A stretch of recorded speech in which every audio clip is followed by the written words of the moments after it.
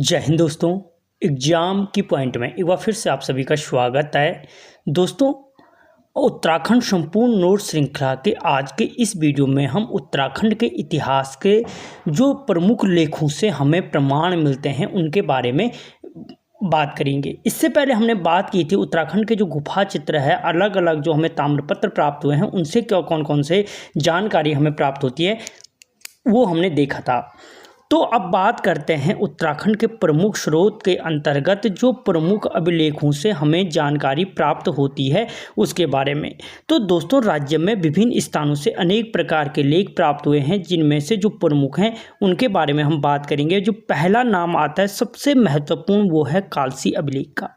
किसका? कालसी अभिलेख का।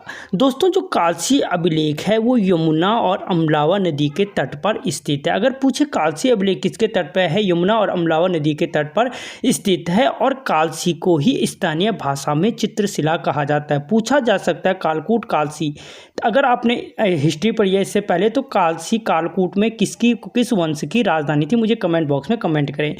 तो इसे स्थानीय भाषा में चित्रशिला के नाम से जाना जाता है। ठीक है। ह्वेन-त्सांग ने दोस्तों कालसी के लिए शुद्ध नगर शब्द का प्रयोग किया है। पूछा जा सकता है कि ह्वेन-त्सांग ने कालसी के लिए जहाँ से क्या होते हैं अशोककालीन शिलालेख प्राप्त हुआ है उसके लिए किस शब्द का प्रयोग किया है, तो शुद्ध नगर शब्द का प्रयोग किया है। ठीक है। और कालसी जो अभिलेख है उसकी जो खोज की थी 1860 में फॉरेस्ट ने की थी। ठीक है कि कालसी अभिलेख की खोज किसने की? फॉरेस्ट ने की थी। और कब की थी? तो 1860 में की थी। ठीक है।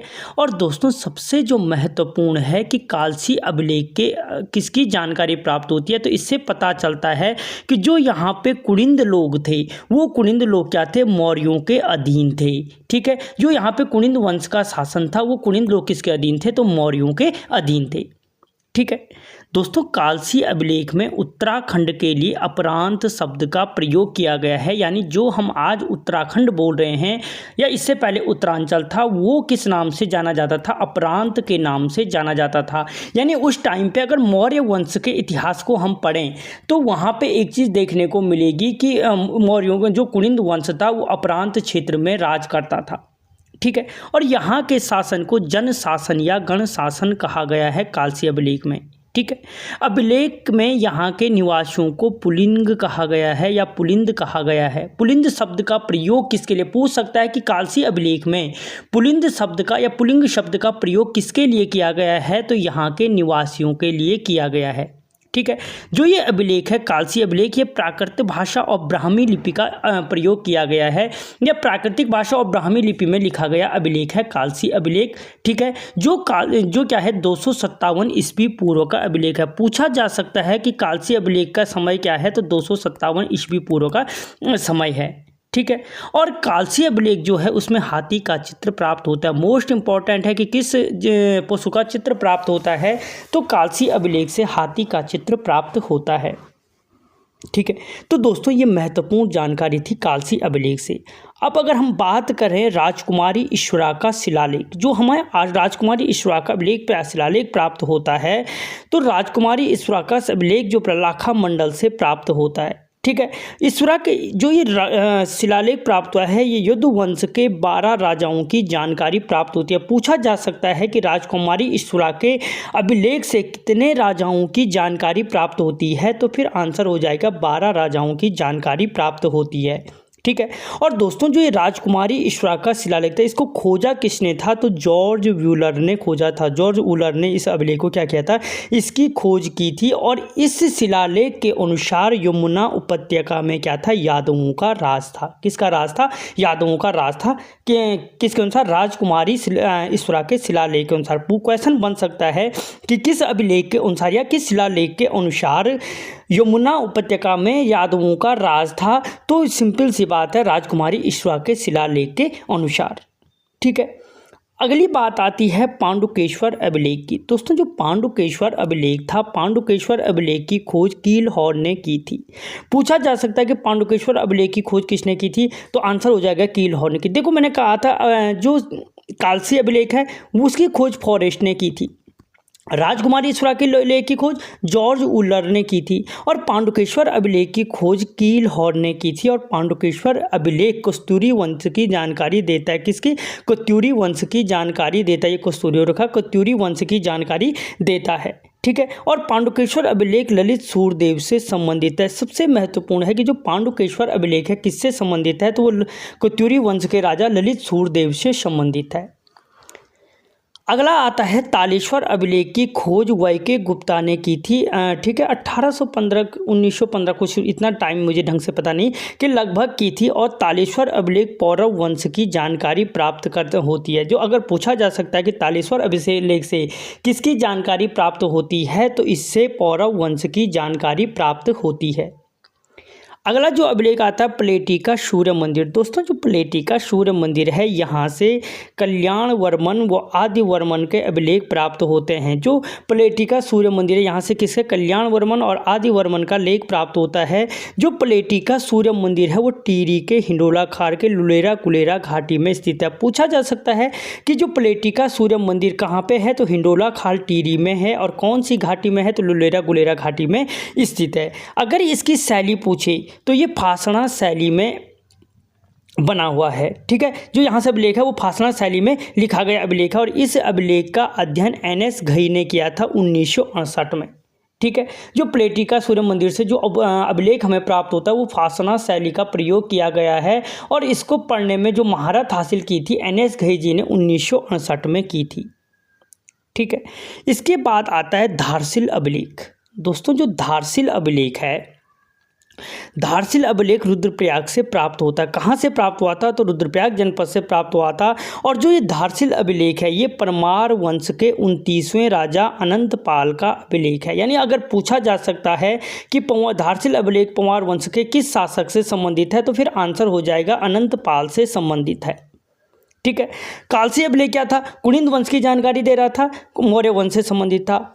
ठीक है, लाखा मंडल से जो अभिलेख हुआ राजकुमारी ईश्वरा का था, जो यदुवंश की जानकारी दे रहा था। पांडुकेश्वर अभिलेख था, कत्यूरी वंश की जानकारी दे रहा था, ललित सूर्यदेव से संबंधित था। तालेश्वर अभिलेख था, पौरव वंश की जानकारी दे रहा था। ठीक है, प्लेटी का सूर्य मंदिर था, फासणा शैली का प्रयोग किया गया है। ठीक है, वर्मन वंश की जानकारी देता है, जो इसमें आदि वर्मन, कल्याण वर्मन इनका नाम मिलता है। और धारशिल जो अभिलेख है वो पंवार वंश के 29वें राजा अनंतपाल से संबंधित है। और एक चीज़ याद रखना, जो धारशिल अभिलेख है ये गढ़वाल क्षेत्र से प्राप्त सबसे प्राचीन अभिलेख है। अगर पूछा जाए गढ़वाल क्षेत्र से प्राप्त सबसे प्राचीन अभिलेख कौन सा है, तो वो भी धारशिल अभिलेख है।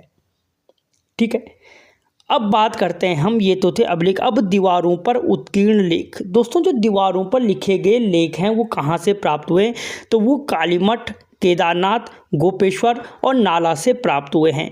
कालीमठ आपको पता है रुद्रप्रयाग में है, केदारनाथ रुद्रप्रयाग में है, गोपेश्वर चमोली में है, नाला रुद्रप्रयाग में है। ठीक है, तो जो एक दीवारों से उत्कीर्ण लेख प्राप्त हुए हैं हमें कालीमठ, केदारनाथ, गोपेश्वर और नाला से प्राप्त हुए हैं। इन 4 स्थानों से प्राप्त हुए हैं। पूछा जा सकता है कि दीवारों पर उत्कीर्ण लेख कहाँ से प्राप्त हुए या किस स्थान से प्राप्त नहीं हुए, इसलिए आपको ये चारों नाम याद रखने, कालीमठ, केदारनाथ, गोपेश्वर और नाला से प्राप्त हुए हैं हमें कौन से? दीवारों पर उत्कीर्ण लेख। दोस्तों जो मूर्ति पीठिका लेख हैं, जो मूर्तियों के पीठ पर लिखे गए लेख हैं, वो मूर्ति पीठिका लेख हुए देवलगढ़, ठीक है, और कोलसारी से प्राप्त हुए। देवलगढ़ आपके पौड़ी में और कोलसारी से प्राप्त हुए हैं। अगर पूछा जाए कि मूर्ति पीठिका लेख या देवलगढ़ या कोलसारी से प्राप्त मूर्ति पीठिका लेख किससे संबंधित हैं, तो याद रखना जतवाल देव से संबंधित हैं। किससे संबंधित हैं? जतवाल देव से संबंधित हैं आपके मूर्ति पीठिका लेख। उसके बाद अगले आते हैं गुफाओं के अंदर दीवारों पर लेख। जो गुफाओं के अंदर दीवारों, एक तो सीधे दीवारों पे मिले, एक गुफाओं के अंदर दीवारों पे रखे गए थे, यानी उनके रख रखाव की पूरी व्यवस्था की गई थी। वो दिबामन गुहा देवप्रयाग से और कल्पनाथ से प्राप्त हुए हैं।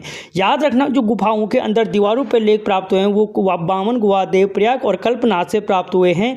जबकि दीवारों पर उत्कीर्ण लेख जो हुए थे वो कालीमठ, केदारनाथ, गोपेश्वर और नाला से प्राप्त हुए थे। ठीक है, इसके बाद बात करते हैं हम ईंटों पर उत्कीर्ण लेख। जो ईंटों पर लेख प्राप्त हुए हैं वो नैनीताल तथा बाड़वाला देहरादून से प्राप्त हुए हैं। और दोस्तों जो ईंटों पर उत्कीर्ण लेख नैनीताल और बाड़वाला देहरादून से प्राप्त हुए हैं वो शील वर्मन का वर्णन मिलता है। इनसे किसका वर्णन मिलता है? तो सीलवर्मन का वर्णन मिलता है। अगर क्वेश्चन बनता है कि सीलवर्मन का वर्णन किस प्रकार के लेख से प्राप्त होता है, ऑप्शन में दे देगा दीवारों पर उत्कीर्ण लेख, मूर्ति पीटिका लेख, गुफाओं के अंदर लेख या ईंटों पर उत्कीर्ण लेख। तो ईंटों पर उत्कीर्ण लेख से क्या होता है, सीलवर्मन का वर्णन मिलता है। दोस्तों इसके बाद आती है त्रिशूल लेख, बाड़ाहाट, उत्तरकाशी और गोपेश्वर से प्राप्त होते हैं। ठीक है, जो त्रिशूल लेख हमें प्राप्त होते हैं वो बाड़ाहाट, उत्तरकाशी और गोपेश्वर से प्राप्त होते हैं। और इन अभिलेखों से अशोक चल और नगपति नाग, ठीक है, इन दो राजाओं की जानकारी मिलती है। अशोक चल का एक छोटा सा इतिहास उत्तराखंड में देखने को मिलता है। यहीं पे उसको कर लो कि अशोक चल ने 1191 में कत्यूरी राज्य पर आक्रमण किया था। ये पहला आक्रमण था। ये किसी पेपर में पूछा भी गया है कि पहले किसने आक्रमण किया था, तो 1191 में कत्यूरी राज्य पर आक्रमण किया था अशोक चल ने। जो गोपेश्वर त्रिशूल लेख से अशोक चल और नागपति नाग की जानकारी मिलती है, जिसकी जानकारी गोपेश्वर के त्रिशूल लेख से प्राप्त होती है। ठीक है, और आक्रमण कब किया था अशोक चल ने, तो 1191 में किया था। एक पेपर में पूछा गया था कि अशोक चल और काचल देव, कुछ इस टाइप का क्वेश्चन था कि किसने पहले आक्रमण किया था। तो याद रखना 1191 में अशोक चल ने आक्रमण किया था, जबकि नेपाल शासक काचल देव ने कत्यूरी राज्य पर आक्रमण 1223 में किया था। कब किया था, 1223 ईस्वी में किया था। इसने किस पे आक्रमण किया था, कत्यूरी राज्य पे।